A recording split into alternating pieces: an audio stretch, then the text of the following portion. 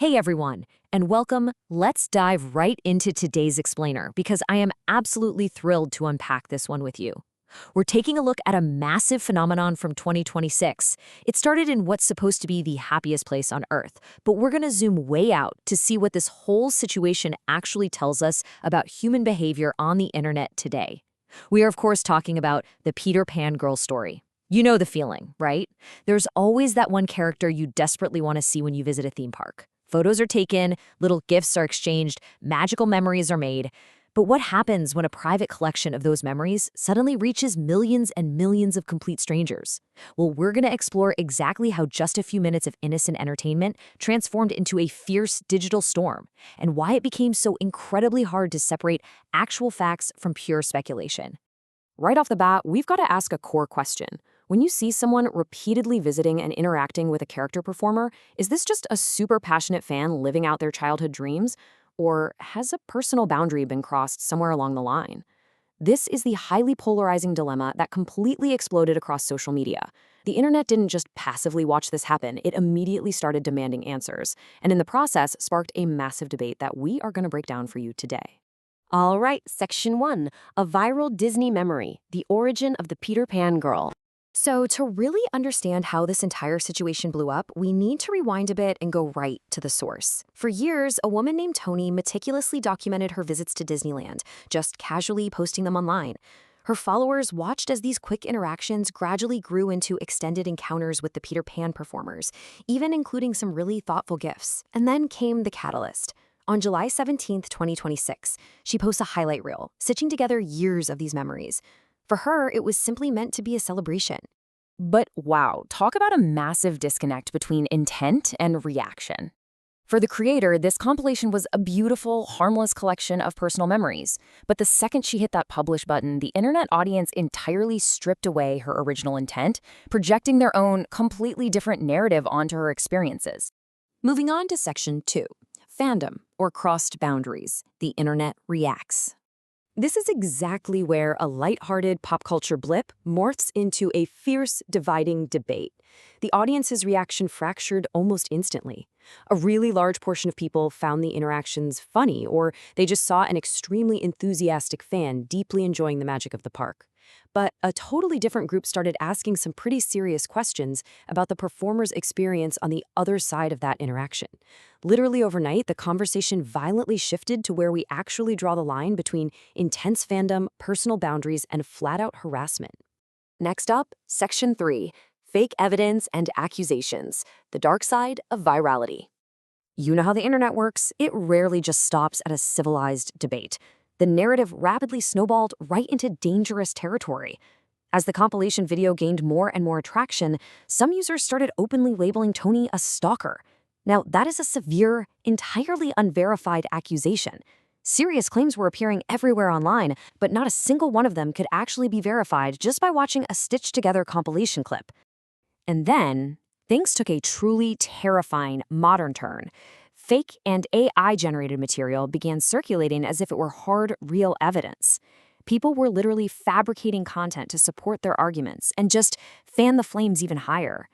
The introduction of deepfakes into this controversy severely complicated any honest search for the truth, blanketing the whole situation in this thick fog of misinformation. It really forces us to pause and ask a pretty difficult question about our own online behavior. Think about it. If someone really behaves inappropriately, does spreading fake evidence actually help reveal the truth, or does it simply create another victim?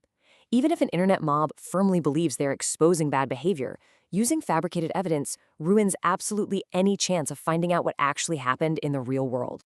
All right, Section 4, the performer's reality, a different perspective.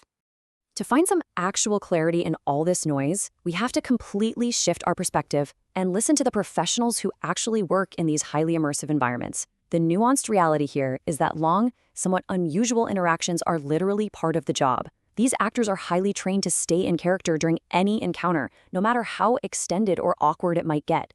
In fact, experienced observers pointed out that Peter Pan's specific body language here might just be part of his theatrical act. A few isolated seconds of video simply do not prove a person's real internal emotions. But as we navigate this, we really must hold space for multiple realities. Two things can be true at the exact same time. This is absolutely crucial. It's the framework we need to neutrally and safely balance the rights of both parties in literally any viral incident. So, truth number one, a performer deserves a safe workplace. We must clearly and unconditionally validate that. Personal boundaries and absolute safety for character performers are a non-negotiable necessity, even when their day job literally requires them to put on a show and interact closely with the public. And truth number two, which is equally valid and just as essential, a person should absolutely not become the target of an internet mob, severe harassment, or entirely fabricated accusations over a viral video. It is vital to recognize that an everyday individual shouldn't have to face a life-ruining digital storm just because a highlight reel of them happened to spread online. Which brings us to Section 5, the digital storm, the power of the internet. Zooming way out here, you realize this story isn't really about a theme park anymore, is it? It's a fascinating look at how the internet manufactures a mob mentality from thin air. It's this terrifying snowballing mechanism. Step 1, one person uploads a simple video. Step 2, someone watches and interprets it through their own personal bias. Step 3, another person repeats that subjective interpretation as an objective, undeniable fact. And finally, Step 4, someone else adds a totally unverified detail. That is precisely how a few minutes of innocent entertainment spirals into a full-blown digital hurricane. And the scale of this? It is staggering. Millions upon millions of people get sucked right into this vortex, actively judging and condemning a situation they never actually witnessed themselves. They're passing intense judgment entirely based on a distorted fourth-hand game of internet telephone. So, we are left staring at the terrifying duality of modern digital exposure. One single video can make someone famous in a few short hours, but it can turn millions of people against them just as quickly. The incredible speed at which the collective mind can turn on a single person is undeniably one of the most powerful and dangerous forces in our modern world.